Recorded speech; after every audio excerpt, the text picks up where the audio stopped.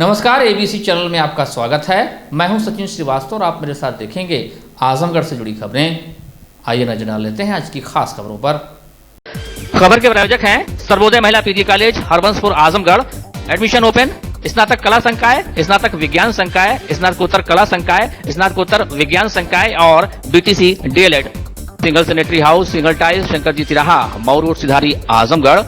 Life style furniture, Birladi, Azamgarh. सभी प्रकार के फर्नीचर एवं इलेक्ट्रॉनिक सामानों की संपूर्ण रेंज और paradise international school, Hirapatti, Azamgarh. Admission open. Play group class 10th। Azamgarh स्थापना दिवस पर आजमगढ़ महोत्सव की भव्य शुरुआत 18 सितंबर से हो रही है। आइए कला का महासंग्राम का ऑडिशन हम आपको दिखाते हैं। यकीन है कि आप खत का मजमून भाप लेंगे लिफाफा देखकर।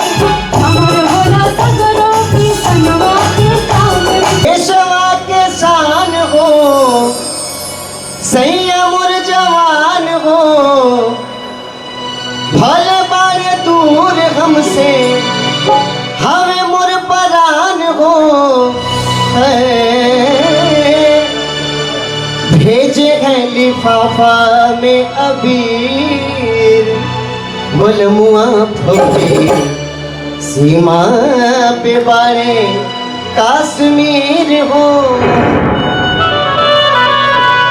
भेजे हैं लिफाफा में अबीर, बलमुआ फौजी सीमा पे बारे कश्मीर हो, हाँ देशवा के साथ हो।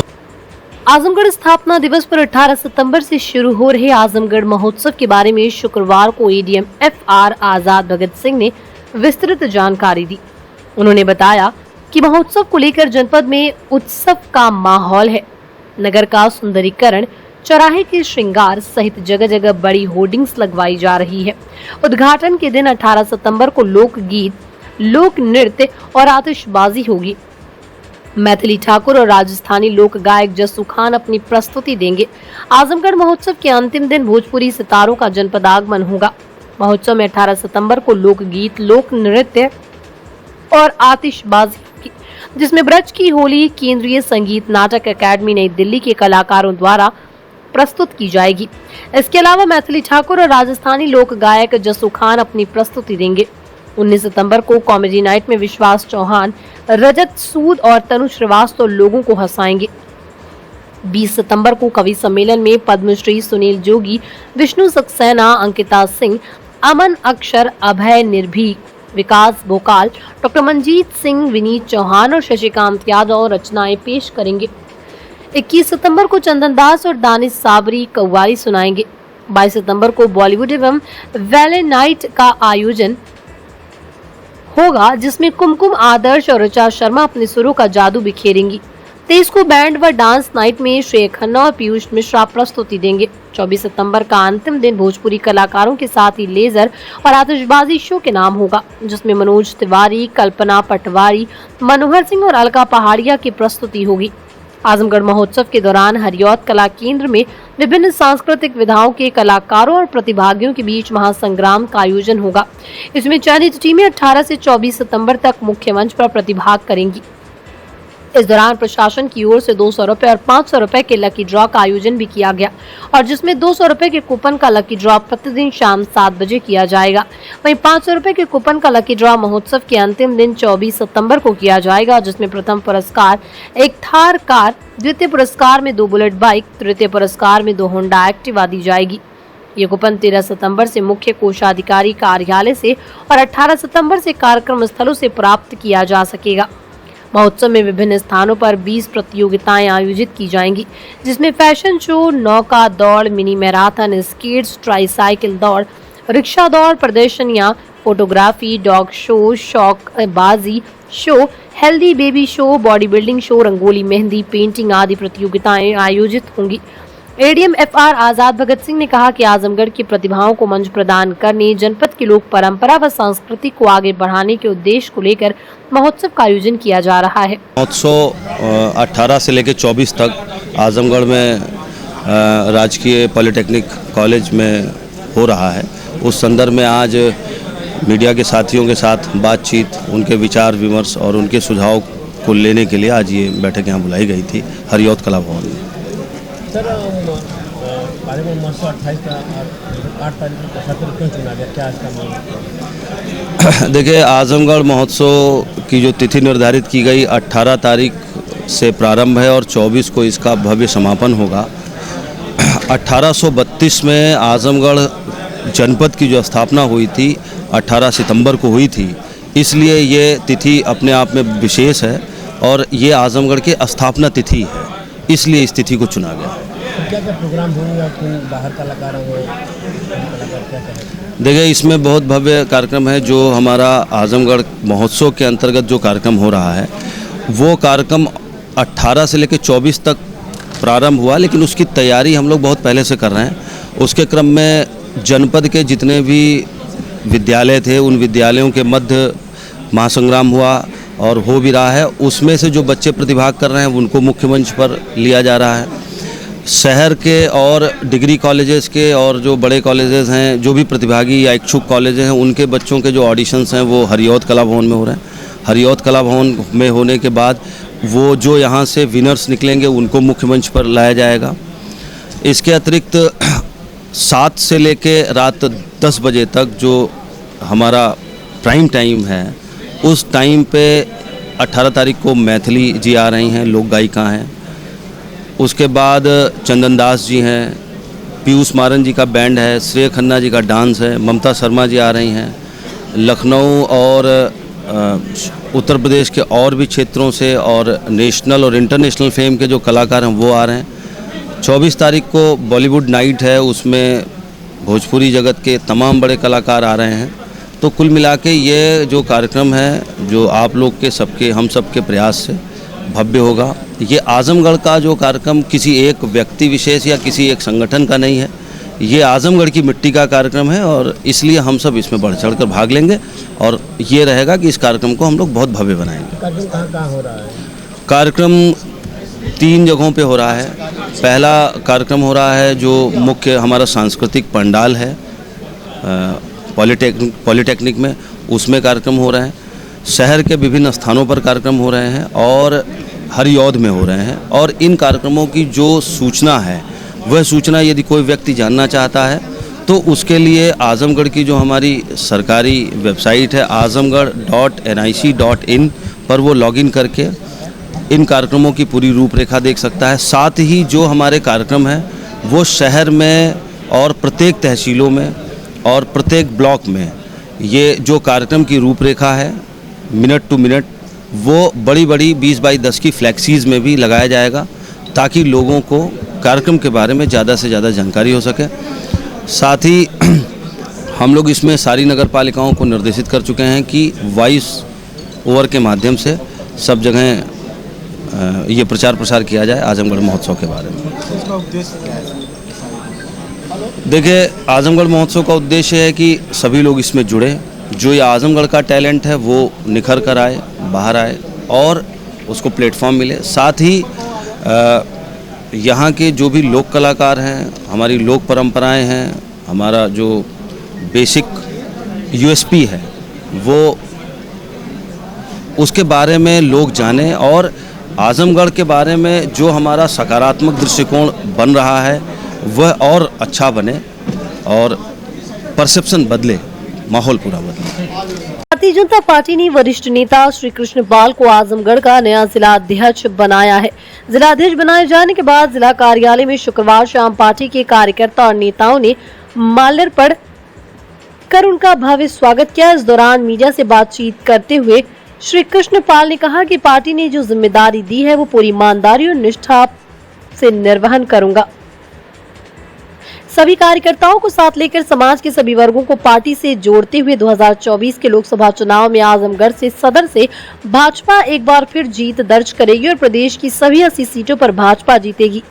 इंडिया गठबंधन पर हमला बोलते हुए भाजपा ने नए कप्तान ने कहा कि इंडिया गठबंधन बेमेल गठबंधन है, ये घमंडियों का गठबंधन है। अपना भ्रष्टाचार छिपाने के लिए सारे परिवारवादी पार्टी एक साथ एक मंच पर आए हैं।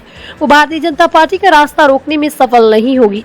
उनका कहना है कि केंद्र की मोदी सरकार और प्रदेश की योगी सरकार के विकास कार्यों के दम पर हम जीत हासिल करेंगे। आपको बता दें कि भारतीय जनता पार्टी ने आजमगढ़ में नया प्रयोग करते हुए अति पिछड़े समाज से आने वाले श्री कृष्ण पाल को नया जिला अध्यक्ष बनाया है। 1958 में जन्मे श्री कृष्ण पाल पेशे से अधिवक्ता हैं और पार्टी के वरिष्ठ नेताओं में इनकी गिनती होती है। 1974 में विद्यार्थी परिषद के माध्यम से छात्र राजनीति में सक्रिय हुए हैं। 1986 में भारतीय जनता युवा मोर्चा के जिला मंत्री बने। इसके बाद पुनः 1989 में युवा मोर्चा के जिला अध्यक्ष बनाए गए। राम जन्मभूमि आंदोलन में सक्रिय भागीदारी के परिणाम स्वरूप 1 माह जेल में रहना पड़ा। श्री कृष्ण पाल आजमगढ़ के गोपालपुर विधानसभा से भारतीय जनता पार्टी के टिकट पर 1991, 1993 और 1996 में विधानसभा का चुनाव लड़ चुके हैं, लेकिन जीत हासिल नहीं हो सकी। दूसरे स्थान पर रहे 2017 में पार्टी ने एक बार फिर इन पर भरोसा जताया और गोपालपुर विधानसभा से टिकट मिला, लेकिन एक बार फिर दूसरे स्थान पर रहे। श्री कृष्ण पाल 2016 से लगातार प्रदेश कार्य समिति सदस्य हैं। श्री कृष्ण पाल बनकट के रहने वाले हैं। लेकर के सभी कार्यकर्ताओं को विश्वास में लेकर के पार्टी ने जो दायित्व सौंपा है उसको 100% पूरा करने का प्रयास किया जाए। 24 का चुनाव को लेकर जिस तरह से 22 का चुनाव भारतीय जनता पार्टी नहीं जीता, 24 का लोकसभा चुनाव आ गया है, तो किस तरह से रणनीति के तहत आप काम करेंगे? भारतीय जनता पार्टी सभी समाज के सभी वर्गों को साथ लेकर के सबका साथ सबका विकास के आधार पर और जो दल ने विकास किया है, विकास के आधार पर हम अगला चुनाव जीतेंगे और 2024 में उत्तर प्रदेश की सभी 80 लोकसभा भारतीय जनता पार्टी जीतेगी। आजमगढ़ भी, उसमें आजमगढ़ का भी स्थान होगा। आजमगढ़ में भी हम हर हाल में चुनाव जीतेंगे। आप कहते हैं 80 सीट पे भाजपा जीत दर्ज करेगी, लेकिन इंडिया गठबंधन भी एकदम तैयार है, तो किस तरह से आप? इंडिया गठबंधन बेमेल गठबंधन है, घमंडियों का गठबंधन है। अपना भ्रष्टाचार छिपाने के लिए सारे परिवारवादी ताकतें एक साथ एक मंच पर आई हैं। वो भारतीय जनता पार्टी का रास्ता रोकने में कतई सफल नहीं होगी। किस तरह से आप लोगों को एकजुट करेंगे? अभी घोसी का उपचुनाव हुआ है, उसको बीजेपी ने करारी हार मिली है।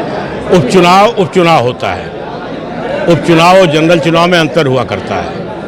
वो एक सीट का चुनाव था, और उपचुनाव के अलावा जो जनरल चुनाव होता है, पूरे प्रदेश में, पूरे देश में भारतीय जनता पार्टी ने जो विकास का काम किया है, सभी वर्गों को साथ लेकर सबके उत्थान का जो काम किया है, उसके आधार पर भारतीय जनता पार्टी भारी बहुमत से चुनाव जीतेगी।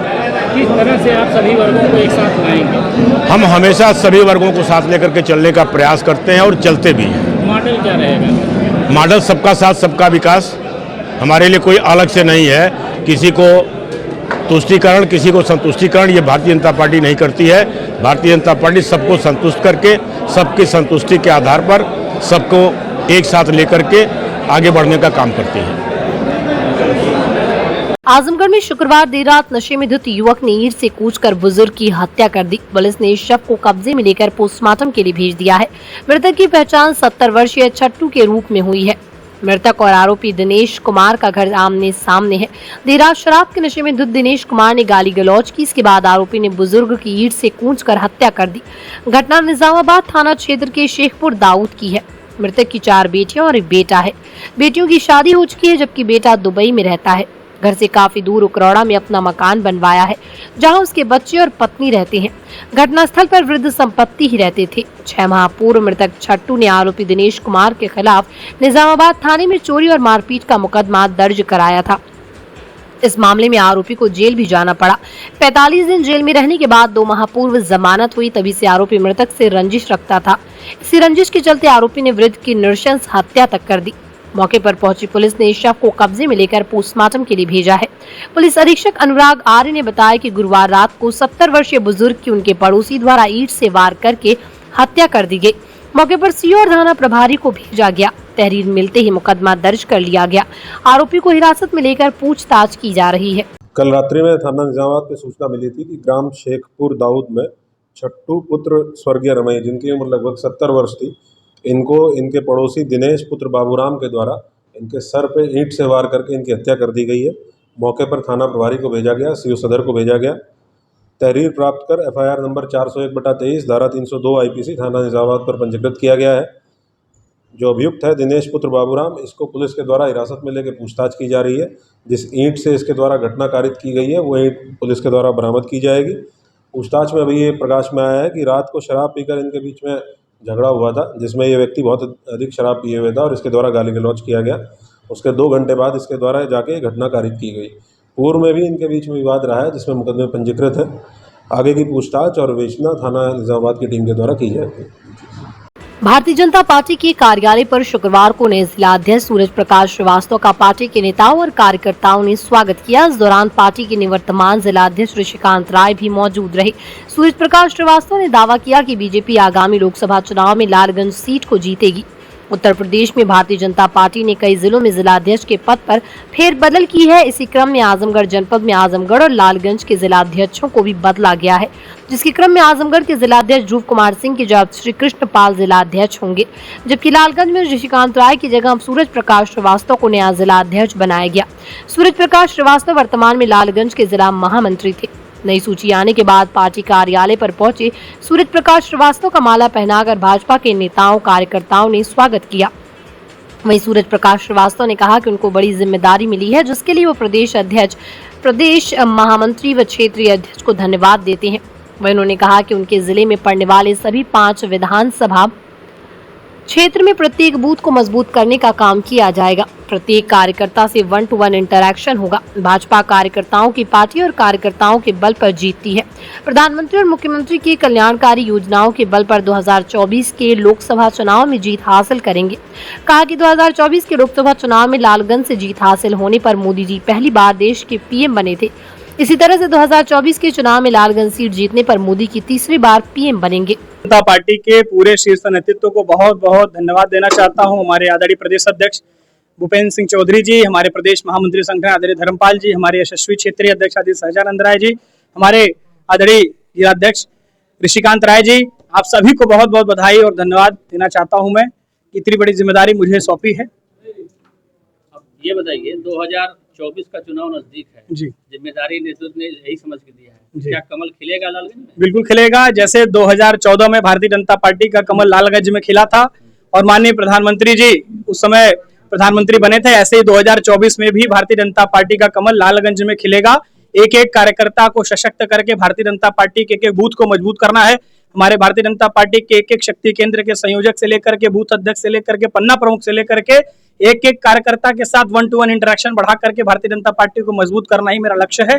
और 2024 में हम लोग बहुत ज्यादा मतों के साथ विजयी होकर के लालगंज से कमल खिला करके लोकसभा में भेजेंगे।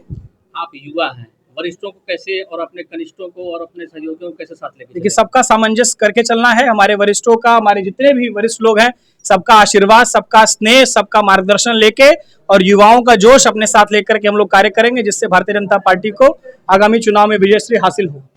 आजमगढ़ में भारतीय जनता पार्टी की स्थिति अच्छी नहीं रही है। विधानसभा चुनाव की अगर बात की जाए तो 5 विधानसभा वहाँ की हार गए थे आप लोग, तो 24 में कैसे कमल खिलाएंगे, क्या रणनीति है इसके लिए? देखिए, इसके लिए हमें भारतीय जनता पार्टी को पहले बूथ जिताना होगा, तभी हम लोकसभा जीतेंगे। इसलिए हमारे एक एक बूथ अध्यक्ष को हम लोग मजबूत करेंगे, सशक्त करेंगे, उनके घर पर जाकर के, उनसे मिल करके, उनके परिवार से मिल करके भारतीय जनता पार्टी जब हम बूथों पर मजबूत करेंगे तो निश्चित ही जब पूरे लोकसभा का चुनाव होगा तो हर एक बूथ अध्यक्ष जीतेगा तो हमारा लोकसभा चुनाव हम आराम से जीत लेंगे।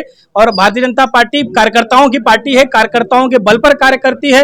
मोदी जी की जो दूरदर्शी नीतियां हैं, जो भारतीय जनता पार्टी की जन कल्याणकारी नीतियां नहीं है, उन नीतियों को लेकर के जनता के बीच में जाएंगे और निश्चित ही हमारा कोई विपक्ष नहीं है। भारतीय जनता पार्टी ही इस समय सबसे मजबूत पार्टी के रूप में पूरे देश में है और विजयश्री हासिल करेंगे माननीय मोदी जी के चेहरे पर, माननीय योगी जी के चेहरे पर। आजमगढ़ शहर में अतिक्रमण को हटाने के क्रम में गुरुवार शाम एसडीएम सदर ज्ञानचंद गुप्ता के नेतृत्व में राजस्व और नगर पालिका की टीम द्वारा जेसीबी के साथ रोडवेज क्षेत्र में अतिक्रमण रोधी हटाओ अभियान चलाया गया। इस दौरान अतिक्रमण करने वालों के विरोध चलते कई घंटे तक अफरा तफरी की स्थिति रही।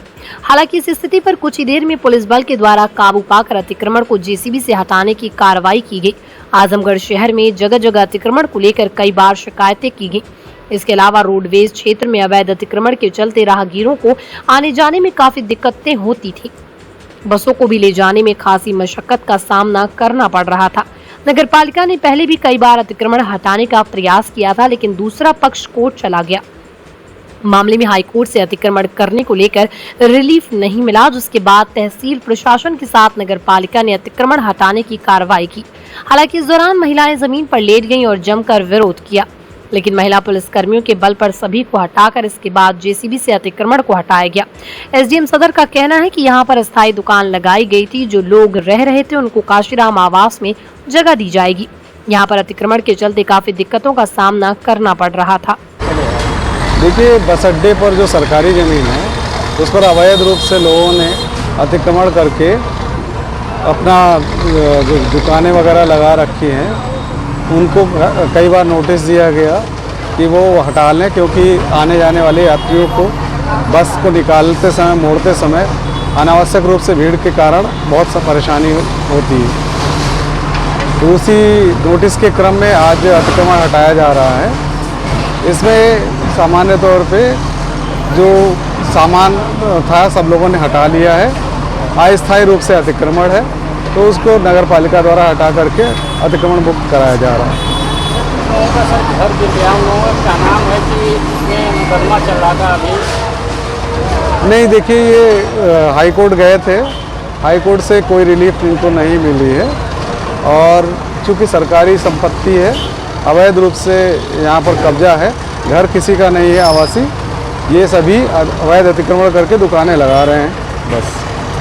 सर, जो यहाँ के अवैध अतिक्रमण जिन परिवारों का उजड़ा, उनको कहाँ से सर? नहीं, अगर किसी को रहने की समस्या है तो कांसीराम आवास योजना में हम उनको आवास आवंटित कर देंगे और वो वहाँ पर आराम से रह सकते। सर, अभी नरौली में जो कब्जा करोड़ कब्जा है वो कब तक कार्रवाई होगी?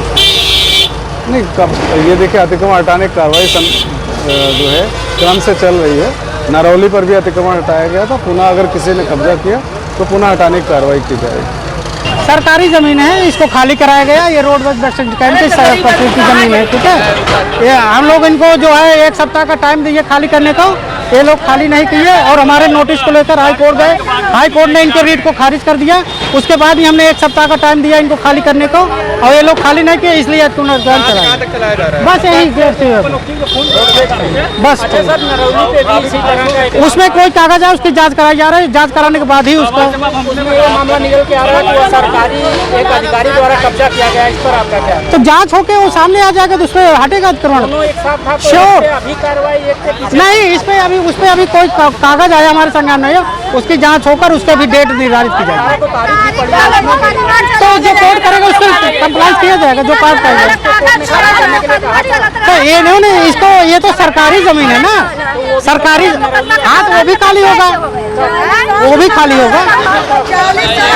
उसकी जांच कराई जा रही है, जांच में जो भी पाया जाएगा उसको खाली कराया जाएगा। अमर लाल का वकील हूँ और हाई कोर्ट ने कहीं नहीं कहा था कि इनके निर्माण को ध्वस्त कर दिया जाए।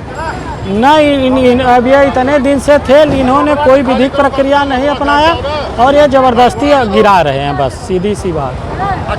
और उल्टे एसडीएम साहब ने कहा है कि अगर अदालत कहेगी तो फिर हम इनको बसाएंगे। किस आधार पे ये क्यों हटाया जा रहा है? अभी कह रहे हैं कि ये जमीन हमारी है।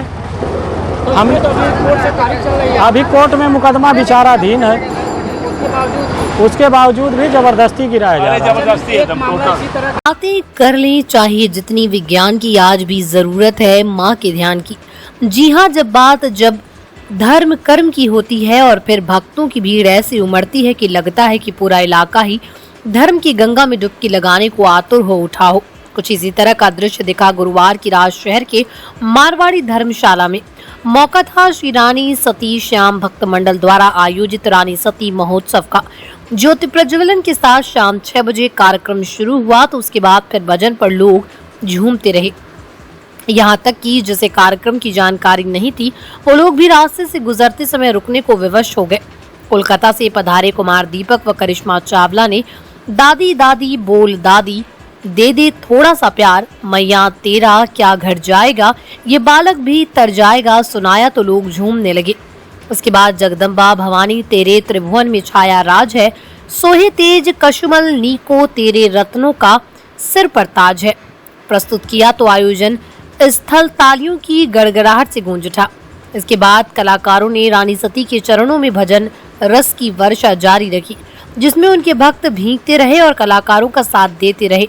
भजन की एक एक लाइन पर रानी सती का जयकारा लगता रहा। देर रात तक भक्तों के पहुंचने का सिलसिला चलता रहा। अंदर जाने के बाद मां की अलौकिक झांकी देख लोग निहाल हो रहे थे।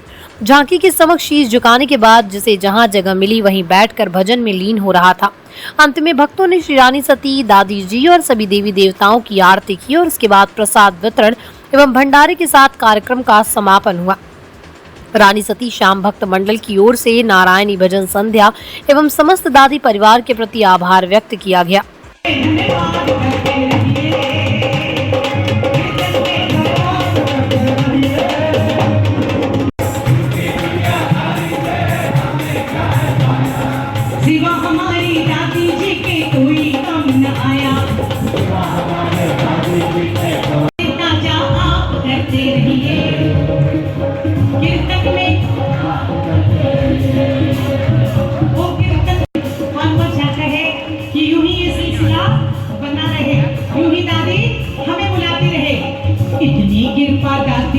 शुक्रवार को आम आदमी पार्टी ने कैंडल मार्च निकाल जम्मू कश्मीर के अनंतनाग में शहीद हुए कर्नल मनप्रीत सिंह, मेजर आशीष, डीएसपी हुमायूं भट्ट, राइफलमैन रवि कुमार की शहादत पर उन्हें श्रद्धांजलि अर्पित की। आम आदमी पार्टी के कार्यकर्ताओं ने घटना में शहीद हुए सेना के चारों जवानों की तस्वीर लेकर कलेक्ट्रेट कचहरी चौराहे से शहीद उद्यान पार्क शहीद जवान अमर रहे के नारे लगाते हुए कैंडल जलाकर और पुष्प अर्पित कर चारों शहीदों को श्रद्धांजलि अर्पित की। इस मौके पर प्रांत अध्यक्ष राजेश यादव ने कहा कि सरकार बराबर आतंकवाद के खात्मे का दावा करती है, लेकिन आए दिन हमारे देश के सैनिक आतंकियों के शिकार होते और ये सिलसिला बढ़ता ही जा रहा है। सरकार इस मुद्दे पर गंभीर न होकर सिर्फ राजनीति की रोटियां सेकने का काम करती है। उन्होंने ये भी कहा कि ये दुख और भी तब बढ़ जाता है जब एक तरफ शहीदों के घर मातम था, पूरा देश गम में डूबा था। दूसरी तरफ सरकार G20 का उत्सव मना रही थी। कम से कम ऐसे अवसरों पर शहीदों के सम्मान में उत्सव के कार्यक्रम को सरकार को नहीं करना चाहिए। सैनिकों की शहादत कश्मीर में आतंकवादियों से मुठभेड़ में हुई और हमारे 4 जांबाज सिपाही, 4 जांबाज देशभक्त, 4 जांबाज देश की रक्षा करते हुए शहीद हो गए। पूरा देश दुख में था। शहीदों के परिवार के लोग मातम मना रहे थे।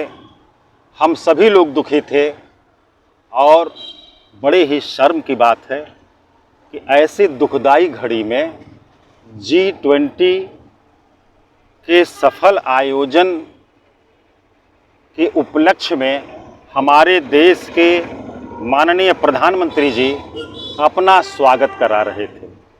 पूरे मीडिया में एक तरफ उन माताओं का रुदन क्रुदन चल रहा था और दूसरी तरफ फूल मालाओं से लदे हुए हमारे देश के प्रधानमंत्री जी उत्सव मना रहे थे। ये बहुत ही दुखदाई दृश्य था। मैं कहता हूं कि आपकी मां मर जाए, आप मुंडन न कराओ, हमें कोई तकलीफ नहीं है। आपके पिता मर जाएं, आप उनका दाह संस्कार करने न जाओ, हमें कोई तकलीफ नहीं है।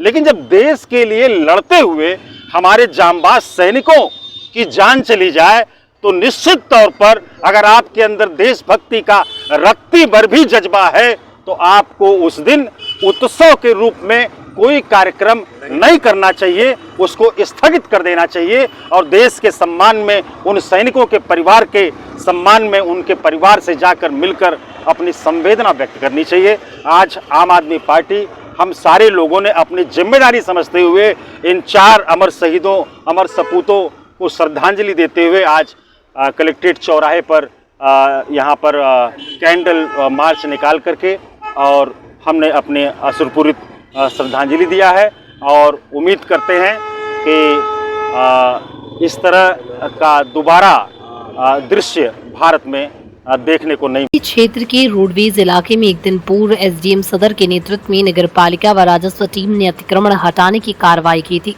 कार्रवाई के विरोध में शुक्रवार को पीड़ित महिलाओं समेत अन्य के साथ व्यापार मंडल के लोगों ने कलेक्ट्रेट पर प्रदर्शन किया और मामले में पीड़ितों को दोबारा वहीं पर बसाने की मांग की। जिला प्रशासन के माध्यम से CM को ज्ञापन भेजा गया। व्यापार मंडल के जिला अध्यक्ष पद्माकर लाल वर्मा ने कहा कि अचानक से बिना नोटिस दिए गए ये कार्रवाई की गई थी। SDM का ये कहना गलत है कि पहले नोटिस दी गई। पुलिस फोर्स के साथ घरेलू सामान को बाहर कर दिया गया। पहले से सूचना होती तो पहले ही सामान हटा लिए होते। जमकर तोड़फोड़ की गई जिससे पीड़ित लोगों को काफी नुकसान हुआ है। ये लोग करीब 80-85 वर्ष पूर्व से यहाँ बसे थे। नगर पालिका द्वारा पहले भी कई बार जमीन बेची गई। अब इस जमीन पर बड़े लोगों की नजर है जिसको आने पौने दाम में बेच दिया जाएगा। यहाँ पर आज अगर जाम की समस्या थी तो पीड़ित लोगों को 5 से 6 फीट पीछे कर दिया गया होता तो नगर पालिका PM और CM के निर्देशों का पालन नहीं कर रही है। आज हम आदरणीय DM साहब के माध्यम से माननीय मुख्यमंत्री जी को ज्ञापन दे रहे हैं। रोडवेज पे स्थित वहाँ 50 परिवार विगत 80-85 वर्षों से वहाँ रह रहा था, अपना जीविका चला रहा था। इनके बाप दादा ससुर वहाँ रहते थे, पीछे मकान बनवा के रहते थे, छप्पर डाल के टीना डाल के पीछे रहते थे। आगे लोग की छोटी छोटी दुकान थी, जिसे दुकान करके अपने जीविका चलाते थे, अपने बाल बच्चों का भारत पोषण करते थे, अपने बच्चों को पढ़ा लिखा रहे थे, अपना परिवार जिया के रात। कल नगर पालिका 14 तारीख को शाम के नगर पालिका प्रशासन के लोग गए और ज़बरदस्ती इनके दुकान को और इनके मकान को, टीन सेट, छप्पड़ को 2-2 बुलडोजर लगा के ढहाना शुरू किए। इन लोग का कई लाखों का सामान जो था सब उसी में तहस नहस हो गया, सब कुचल गया। लाख मना करने से, मेरे बहुत विनती करने से, हाथ गोड़ जोड़ने से ये लोग पीछे थोड़ा सा छोड़ दिए हैं और कहीं इसको हटा दिए। ज़मीन नगर पालिका की है। तो मैं कहा साहब, अगर गरीब लोगों के लिए सरकार एक तरफ योजना चला रही है, माननीय प्रधानमंत्री जी, माननीय मुख्यमंत्री जी एक योजना चला रहे हैं कि फुटपाथ वाले, रेहड़ी वाले, खुमचा वाले, ठेला वाले ये 10,000 20,000 रुपया बिना गारंटी के लोन लेके अपने बच्चों को पढ़ाए लिखाएं, अपने बच्चों का पालन पोषण करें। और एक तरफ माननीय मुख्यमंत्री जी, माननीय प्रधानमंत्री जी का एक महत्वाकांक्षी योजना है इन गरीबों के लिए, जो ये गरीब इनके हैं और वो गरीबों के हैं माननीय मुख्यमंत्री जी। इस तरह का नगर पालिका प्रशासन हटाएगा तो बड़ा समझिए गरीबों के ऊपर नगर पालिका अत्याचार कर रहा है। हम चाहते हैं कि जहां ये लोग जैसे थे, अगर इनको कोई दिक्कत है या जाम की परेशानी तो नाला के पीछे 5 फुट और पीछे कर दें, 6 फुट और पीछे कर दें, 7 फुट और पीछे कर दें, लेकिन वहीं दुकान बनवा के मकान बनवा के जिस तरह है उसी तरह दें। Sarvodaya Mahila PG college गोरठ हरबंशवर Azamgarh. प्रवेश प्रारंभ सत्र 2023-2024। स्नातक कला संकाय हिंदी, संस्कृत, अंग्रेजी, भूगोल, शिक्षा शास्त्र, मनोविज्ञान, समाजशास्त्र, गृह विज्ञान, प्राचीन इतिहास। स्नातक विज्ञान संकाय भौतिक विज्ञान, रसायन विज्ञान, गणित, प्राणी विज्ञान, वनस्पति विज्ञान। स्नातकोत्तर कला संकाय समाजशास्त्र, गृह विज्ञान। स्नातकोत्तर विज्ञान संकाय भौतिक विज्ञान, रसायन विज्ञान, प्राणी विज्ञान, वनस्पति विज्ञान। महिलाओं के लिए बीटीसी, डीएलएड में एडमिशन ओपन, सिर्फ 50 सीट उपलब्ध, जल्दी करें। Single sanitary house single tiles निकट शंकर जी तिराहा, मऊ रोड, सिधारी, आजमगढ़। 20 वर्षों से आपकी सेवा में समर्पित Somany tiles, Cera sanitary ware and CP fitting, Balaji चौखट and window, cement door, cement sheet, दीवार टाइल्स, फर्श की टाइल्स प्रीमियम क्वालिटी और उचित दर पर उपलब्ध। सेरा सैनिटरी वेयर एवं सीपी फिटिंग की पूरी रेंज उपलब्ध है, जिसमें commode, wall hang seat, 1 piece seat, table top basin, pedestal basin, sensor seat एवं बाथ टब एवं सभी प्रकार के नल, सेंसर नल, wall mixture, basin, diverter, bathroom diverter, shower, mirror, रंगीन नल की संपूर्ण रेंज उपलब्ध है। Life style furniture, Belnadi, Azamgarh. सभी प्रकार के फर्नीचर एवं इलेक्ट्रॉनिक सामानों की भरपूर रेंज उपलब्ध। हमारे यहाँ ईएमआई की सुविधा 0% ब्याज पर उपलब्ध। इलेक्ट्रॉनिक सामानों में LED TV, refrigerator, washing machine, air conditioner, air cooler, deep freezer, water cooler, mixer, juicer, iron, fan और इंडक्शन। फर्नीचर के सामानों में बेड, सिंगारदान, अलमारी, सोफा, मेज, कुर्सी, रिवॉल्विंग चेयर, रैक, स्टूल, संडली, सीढ़ी, गद्दा इत्यादि। शादी विवाह की हो तैयारी या ऑफिस और घर के लिए सामानों की करनी हो खरीदारी, पहुंचिए life style furniture, Belnadi, Azamgarh. Paradise international school Hirapatti, Azamgarh. Admission open, play group to class 10।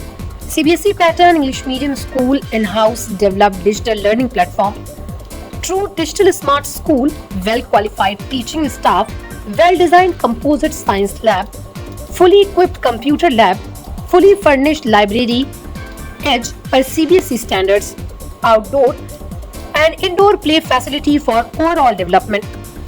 Our branch Kids Paradise Fun of Learning Playgroup section of Paradise International School, 200 plus design activity kits and play zone for Kids Paradise Playgroup section.